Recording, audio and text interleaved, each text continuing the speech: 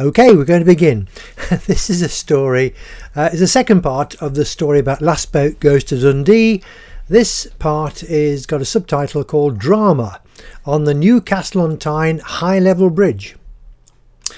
After the stressful loading of the boat last evening, what else did fate have in store for our journey on the morrow? Bank holiday Saturday found us well on our way by 3 AM. As it was my intention to turn round and return home from Dundee without a break, co-drivers were Sister Jane and her lorry driver husband number 1, Colin.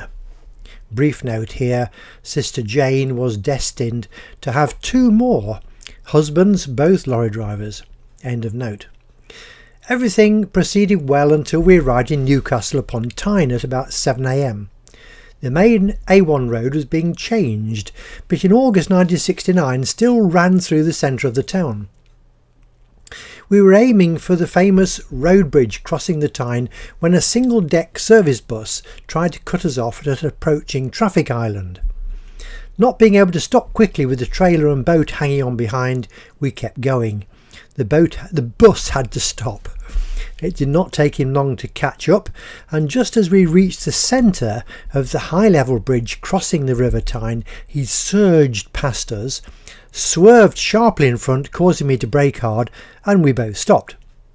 Bank holiday Saturday morning was going to be busy in the very centre of Newcastle, and not wishing for a prolonged confrontation with irate bus drivers, I tried to select reverse gear swiftly.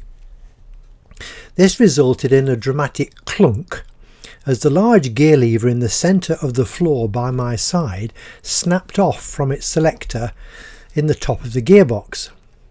I now had something far more serious to consider and take my mind off the bus driver hurling abuse through my driver's side window. During this exciting interlude, Jane and Colin were both asleep, one beside me on the passenger seat and the other across the rear seats. They were awoken by the irate bus driver venting his spleen and my equally vociferous cursing at the precarious situation we were now in. After he had exhausted himself and duly left, we had to review our options. We were in the very centre of the main road bridge going through one of the busiest cities in the country. It was 7:30 AM on Bank Holiday Saturday, August. Very, very soon we were going to become a major obstacle, so what to do best? The car would not move under its own power, but fortunately Jane belonged to the AA Recovery Club. I found a telephone box nearby and a local garage was requested to attend to our predicament.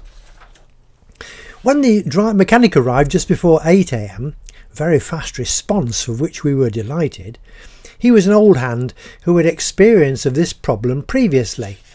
Evidently, where the gear lever swivels on the parcel shelf below the dashboard, it creates an extra thrust that pushes excess load on the selector in the top of the gearbox.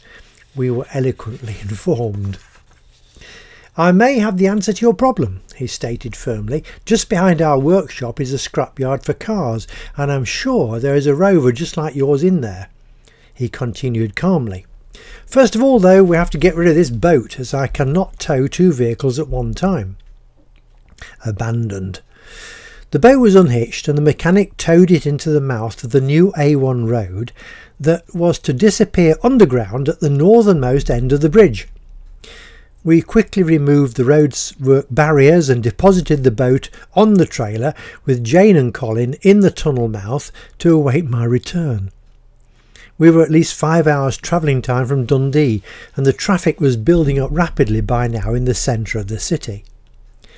The mechanic was true to his word. There was a Rover in the scrapyard and it still had its gear selector. By 8:30 the car was fixed and me £10 lighter in the pocket.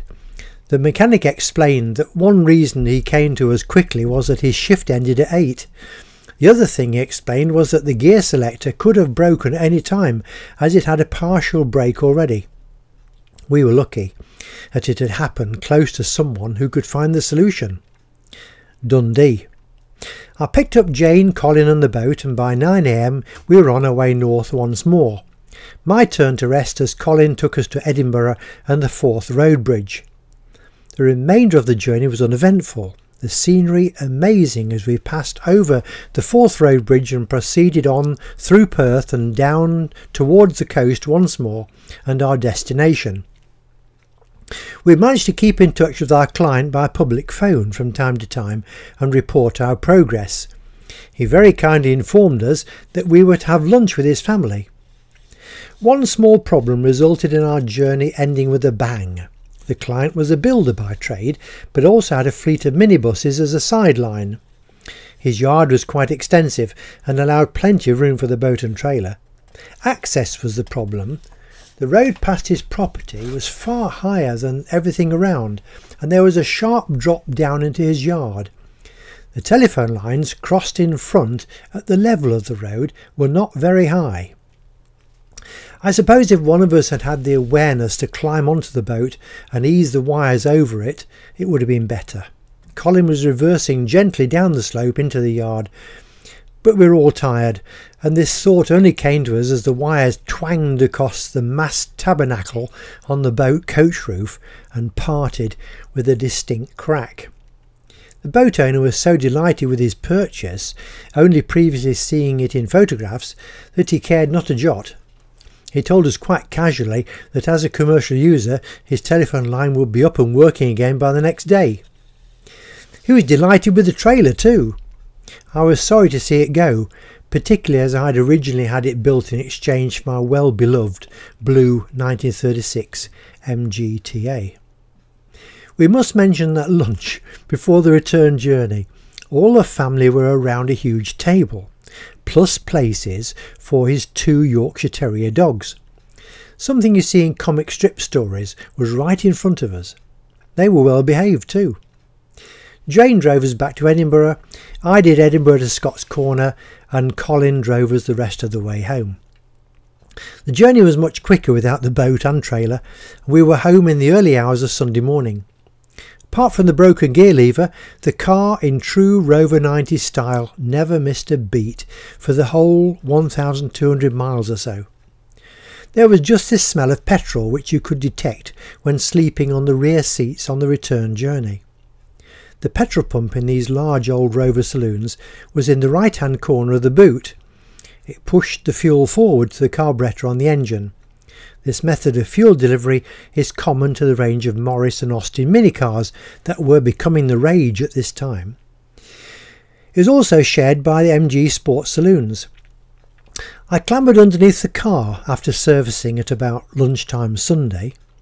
Jane turned on the ignition to activate the pump, and I was engulfed in a fine spray of petrol jetting from a pinhole in the fuel delivery pipe just above the exhaust.